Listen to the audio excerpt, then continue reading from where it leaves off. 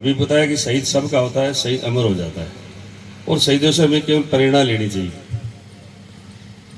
प्रेरणा यही मिलती है कि जिसने इस धरती पर जन्म लिया है उस धरती की हमें रक्षा करनी चाहिए, और जिस माँ की कोख से गोद से जन्म लिया है उस माँ की सभी रक्षा करते हैं, लेकिन हमारे एक ही माता नहीं है।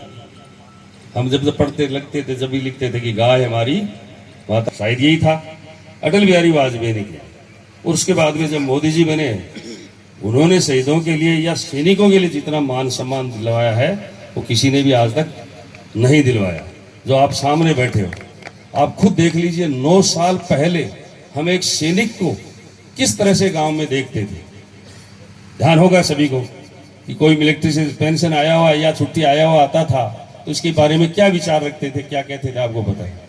उनका मान सम्मान आज बढ़ा है। जब भी हमारा सैनिक मिलता है तो हम जय हिंद करते हैं उससे, वो हमारे से करता है और हम उससे कि सैनिक जय हिंद करते हैं। ये मान सम्मान मोदी जी ने बढ़ाया कि जब तक देश सुरक्षित नहीं होगा तो हमारे पास कुछ भी नहीं है, हम भी सुरक्षित नहीं है। और देश को सुरक्षित रखने वाली वो बेटी दिनों जिले के बगड़ के नज़दीक जय पहाड़ी में शहीद जवाहरमल गुजर, जिन्होंने भारत माता की रक्षा करते हुए 1965 में भारत पाकिस्तान में अपनी शहादत दी थी, उनकी प्रतिमा का अनावरण किया है। आज बड़ा गर्व होता है जो शहीद जवाहर सिंह ने अपनी वीरगति प्राप्त की थी इस भारत देश की हिफाजत को बचाने के लिए, मातृभूमि की रक्षा करने के लिए।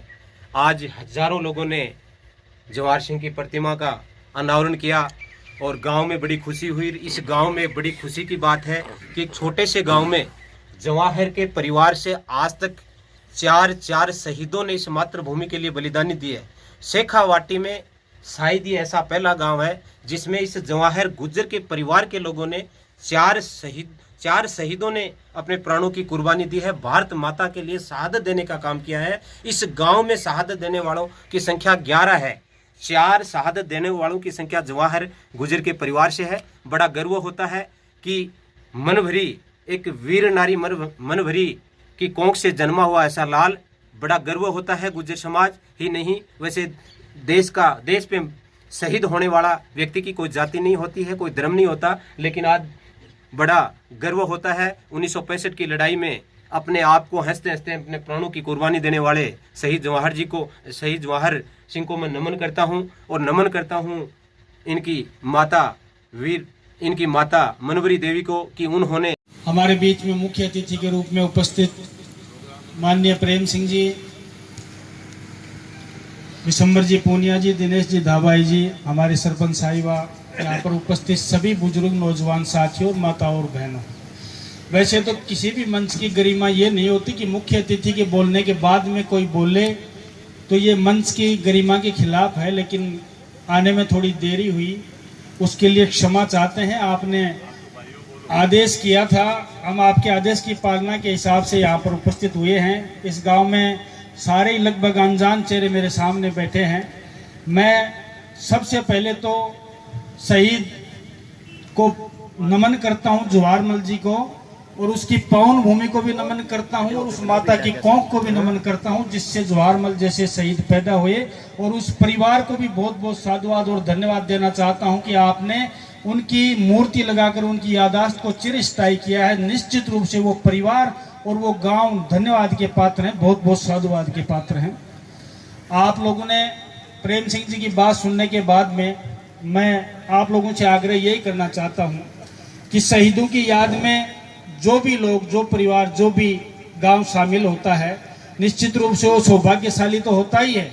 और शहीद परिवार जो अपने शहीद की याद को चिरस्थायी करता है वो भी बहुत बहुत सौभाग्यशाली होता है, और उसमें शरीक होते हैं हम जैसे लोग, वो भी निश्चित रूप से सौभाग्यशाली होते हैं। आज मैं अपने आप को धन्यवाद देना चाहता हूं और सौभाग्यशाली समझता हूं कि आपने मुझे याद किया और मैं आपके बीच में आया।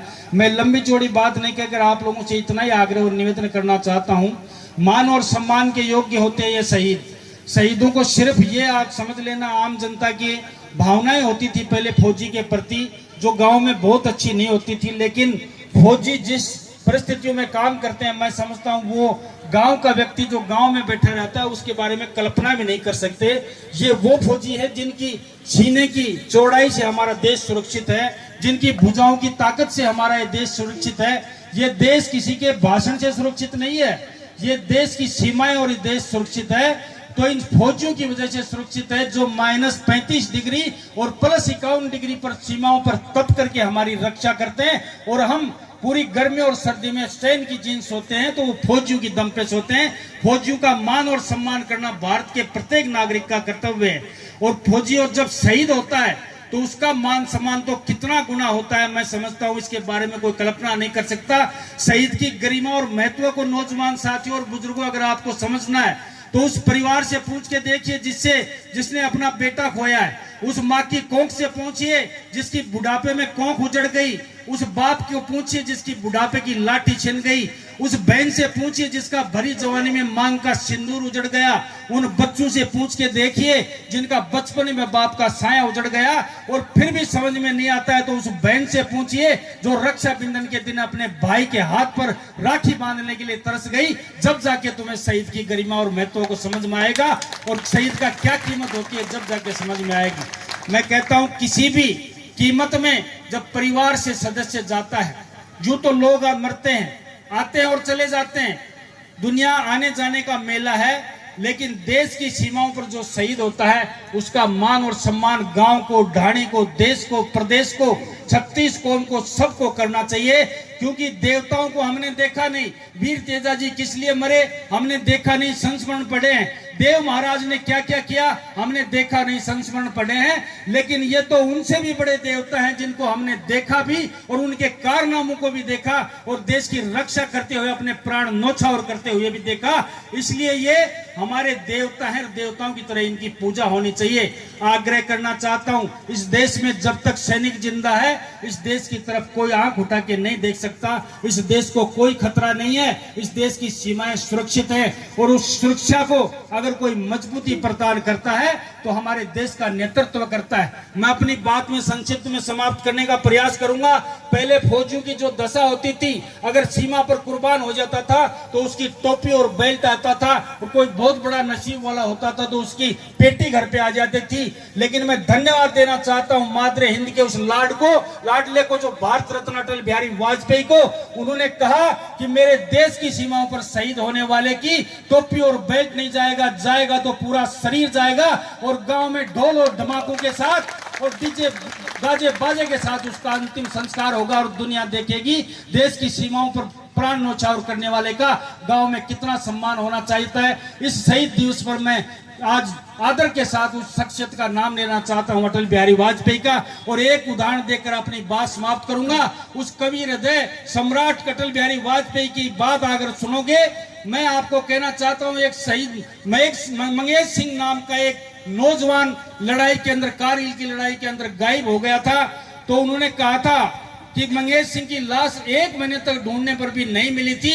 अटल बिहारी वाजपेयी ने एक ऑपरेशन मंगेश सिंह के नाम से एक अभियान चलाया कि मैं कुछ नहीं जानता, चाहे भारतवर्ष का पूरा खजाना खाली हो जाए, हेलीकॉप्टर लगा दो, चार्टर प्लेन लगा दो, शहीद मंगेश सिंह का शव उसके गांव में जाएगा और गाजे बाजे के साथ उसका अंतिम संस्कार होगा। ऐसे हमारे देश के प्रधानमंत्री थे जिन्होंने शहीद को सम्मान दिया, फौजी को सम्मान दिया। और एक अंतिम बात कह के अपनी बात समाप्त करता हूं, ये माताएं जो बैठी हैं, ऐसी वीर प्रसूताएं माताएं जब तक इस देश में बैठी हैं, इस देश का कोई कुछ नहीं बिगाड़ सकता। आप लोगों ने देखा होगा हेमराज नाम का एक सिपाही था, हमारा फौजी, नौजवान भाई, एक हेमराज नाम का फौजी था। उसका पाकिस्तान के फौजी उसका सर काट के पाकिस्तान ले गए थे, पाकिस्तान के रेंजर उसका सर काट के पाकिस्तान लेके चले गए थे। सर कटी हुई बॉडी जब उसके गांव में आई तो उसकी मां ने उसका अंतिम संस्कार करने से मना कर दिया। उसने कहा कि मैं हेमराज का सर देखना चाहती हूं। तो पत्रकारों ने, टीवी वालों ने, मीडिया वालों ने पूछा कि माताजी उसका सर देख के क्या करोगी? तो उस वीर प्रसूता माता ने, उस वीरांगना ने ये कहा कि मैं देखना चाहती हूं जब मेरा हेमराज दुश्मन को अपने सामने देख रहा था तो उसके जबड़ों में कसावट कैसी थी, दुश्मन पर प्रहार करते हुए उसकी आंखों में उतरा हुआ वो खून देखना चाहती हूँ। और देश पर प्राण न्यौछावर करने के बाद उसके माथे पर जो गर्व की लकीरें आई थी वो लकीरें मैं देखना चाहती हूँ।